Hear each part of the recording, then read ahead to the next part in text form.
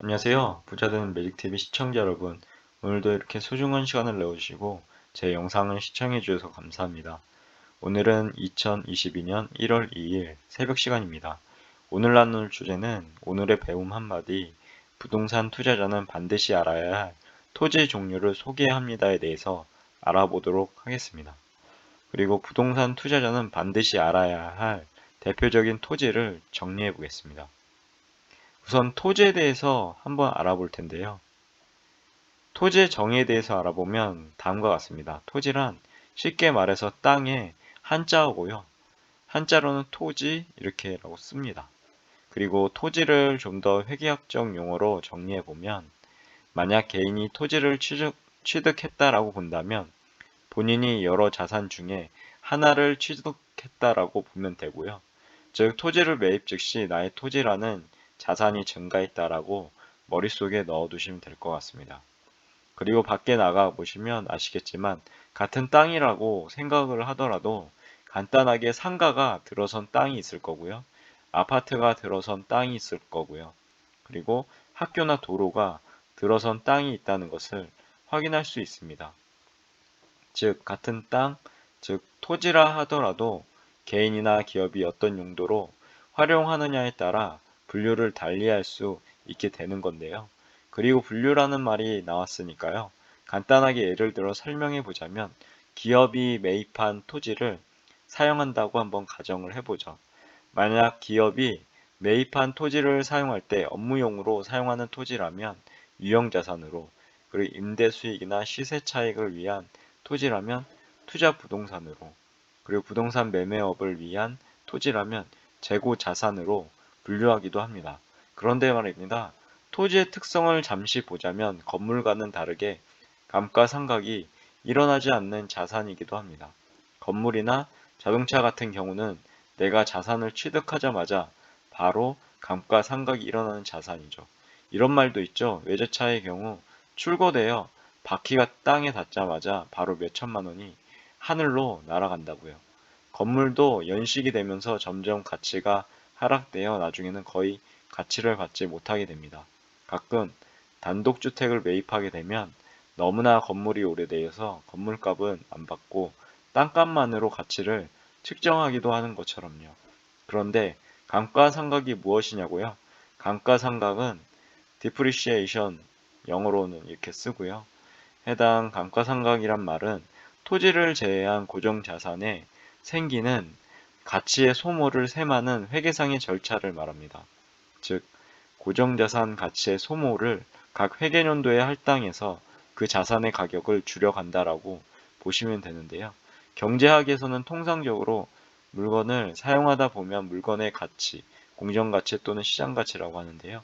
해당 가치가 감소하여 실제로 가치가 줄어드는 현상을 감가상각이라 가정한다고 하네요. 하지만 모든 것이 예외가 있듯이 토지에도 감가상각을 하는 예외 케이스도 있으나 여기서는 생략하도록 하겠습니다. 정리하자면 토지는 땅의 한자어이고 매입 즉시 회계학적으로 나에게 자산이 되고 여러 가지 종류가 있고 경제학으로 봤을 때는 감가상각이 일어나지 않는 자산이다라고 머릿속에 넣어두시면 될 것 같네요. 그럼 토지의 종류에 대해서 본격적으로 알아볼까요? 부동산학에서 정의하는 토지의 분류 방법과 내용은 법률적, 기술적, 경제적 측면에서 다양하게 분류할 수 있다라고 나옵니다. 그럼 토지에 대해서 자세하게 분류를 해보겠습니다. 하나, 택지, 부지, 대지가 있습니다. 택지는 건축물을 건축할 수 있는 토지를 말하고요. 다시 말해서 주거용, 상업용, 그리고 공업용으로 이용될 수 있는 토지가 바로 택지라고 보시면 됩니다. 부지는 건축이 가능한 택지 외에 건축할 수 없는 하천부지, 철도용 부지, 도로용 부지 등도 포함하는 포괄적인 용어라고 보시면 되고요. 대지는 측량, 수로주사 및 지적에 관한 법률상 용어이고 주택 또는 업무용 건물을 건축할 수 있는 토지를 말합니다. 두 번째로 후보지와 이행지가 있습니다. 우선 후보지는 임지지역, 그리고 농지지역, 택지지역, 상호 간의 용도 전환이 되는 토지를 말하고요.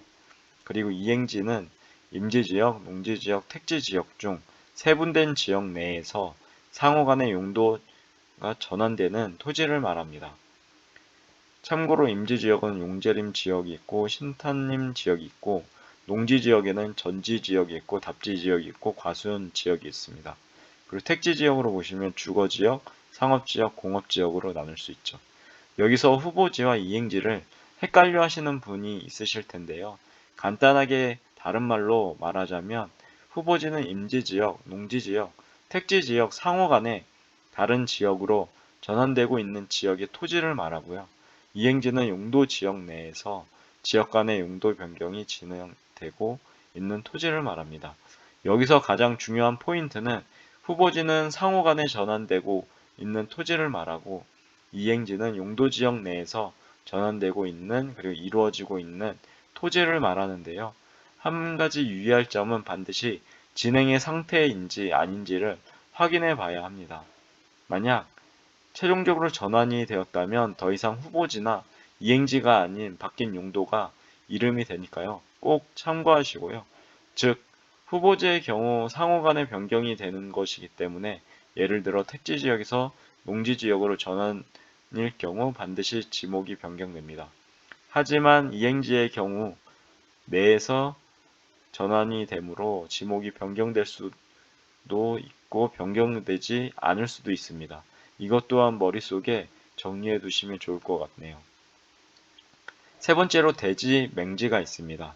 우선 대지는 택지가 다른 택지에 둘러싸여 좁은 통로에 의해서 도로에 접하는 자루형의 모양을 띠게 되는 택지를 말하고요. 참고로 여기서 대지와, 그러니까 여기서 말하는 대지와 위에서 설명한 또 대지가 있었죠. 해당 대지를 헷갈려 하시면 안 됩니다. 둘 다 한글로는 같은 대지지만 여기서 대지는 부대 대자를 쓰고 있고요. 한자로. 그리고 위에 대지는 터 대자를 쓰고 있습니다. 그리고 맹지는 타인의 토지에 둘러싸여 도로에 어떤 접속면도 가지지 못하는 토지, 건축법에 의해서 건물을 세울 수 없게 되어 있습니다. 그래서 맹지는 항상 주의해야 하니 해당 맹지에 대해서 꼭 알아두시면 좋을 것 같고요. 네 번째로는 필지와 획지가 있습니다. 우선 필지는 하나의 지번이 붙는 토지의 법률상 등기 단위고요. 토지 소유권의 범위를 표시하는 법적 개념입니다. 그리고 획지는 감정평가상의 용어이고 가격 수준이 비슷한 1단의 토지 면적 단위를 말하는 경제적 개념이라고 보시면 되고요. 가격, 면적이 표현되고 부동산 활동에서 중시되니 꼭 머릿속에 넣어두시면 좋을 것 같네요.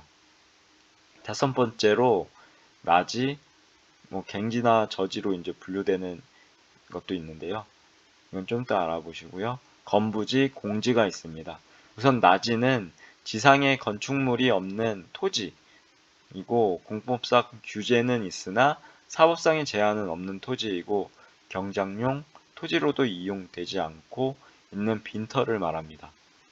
참고로 일본에서는 나지를 갱지와 저지로 구분합니다. 잠시 갱지와 나지에 대해서 알아보면 갱지와 저지죠. 갱지와 저지에 대해서 알아보면 갱지는 지상에 건축물이 없는 토지, 그리고 공법상 규제는 있으나 사법상 제한이 없는 임차권, 지상권, 지역권 등 사법상의 권리가 설정되지 않은 택지를 말하고요. 저지는 지상에 건축물이 없는 토지고 공법상 규제도 있고 사법상 제한도 있는 지상권 등 설정된 사법상 불완전 소유권의 택지를 말합니다. 해당 갱지와 저지에 대해서 머릿속에 넣어두시면 좋은데요. 일본에서나 이렇게 구분하지 우리나라에서는 구분하지는 않습니다. 그리고 건부지는 택지 위에 건축물이 들어선 토지를 말하고요. 그리고 공지는 부동산 공법에 의한 건폐율, 용적률 등의 제한으로 인해 한 필지 내의 건물을 꽉 메어서 건축하지 않고 남겨둔 토지를 말합니다.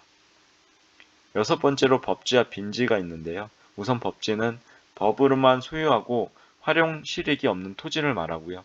즉, 측량 면적에는 포함, 그러나 실제로는 사용할 수 없는 면적을 말합니다. 그리고 빈지는 법적 소유권 인정이 되지 않으나 활용 실익이 있는 토지를 말하는데요. 예를 들어서 바다와 육지 사이에 있는 해변 토지가 이에 속합니다. 일곱 번째로 소지, 그리고 선화지, 포락지, 공안지, 그리고 유유지, 휴안지가 있는데요. 우선 소지는 택지 등으로 개발되기 이전에 자연 그대로의 토지를 말하고요. 선화지는 고압선 아래 토지로 감정평가 시 보통은 선화지 감가를 행하게 됩니다. 그리고 포락지는 지반이 절토되어 무너져 내린 토지를 말하고 논밭 등이 하천으로 변한 토지를 말합니다. 공안지는 도시 토지 중 집가 상승만 기대하고 방치한 토지를 말하고요. 그리고 유휴지는 바람직스럽지 못하게 놀리는 토지를 말합니다. 마지막으로 휴안지는 비옥도 회복이나 동지 개량을 위해서 정상적으로 쉬고 있는 농지를 말합니다. 정말 하나의 토지라도 엄청난 이렇게 구분이 있죠. 그럼 결론을 정리해 보겠습니다. 결론은 이제까지 부동산 투자자는 반드시 알아야 할 토지 종류를 소개합니다에 대해서 알아봤는데요. 주요 내용을 정리해 보자면 다음과 같습니다. 하나, 부동산은 보통 법률적, 기술적, 경제적으로 다양하게 분류될 수 있다. 라는 점이고요. 두 번째는 토지는 종류가 많은 관계로 아래와 같이 보통 크게 7가지로 구분해서 머릿속에 넣어두시면 좋을 것 같습니다. 우선 하나, 택지, 부지, 대지가 있습니다. 둘, 후보지, 이행지가 있고요. 셋, 대지, 맹지가 있습니다. 꼭 위에 대지와 해당 여기에서 설명 대지는 헷갈리지 마셨으면 하고요. 그리고 넷째, 필지와 획지가 있습니다. 그리고 다섯째, 나지, 건부지, 공지가 있는데요. 일본에서만 이제 나지를 갱지와 저지로 구분합니다. 그리고 여섯 번째로 법지와 빈지가 있고요. 일곱 번째로 소지, 선화지, 포락지, 공안지, 유유지, 휴안지가 있습니다. 아무튼 오늘도 마지막까지 제국과 영상을 끝까지 읽어주시 시청해 주셔서 진심으로 감사드리고 제국과 영상이 조금이라도 여러분 각자의 삶을 살아가시는데 도움이 되셨길 기원합니다. 앞으로도 더욱 좋은 블로그를 남기는 제가 되도록 열심히 노력하겠습니다. 그리고 제 글을 읽으시면 말이 됩니다. 항상 말에는 반드시 삶을 움직이는 힘이 있습니다. 제가 열심히 정성스럽게 정리한 저만의 지식과 1일 1블로그 하는 제 블로그에 담긴 글들을 통해서 여러분들의 삶과 운명을 반드시 조각하시고 움직이시길 기원합니다. 이상입니다. 감사합니다. 좋은 하루 되세요.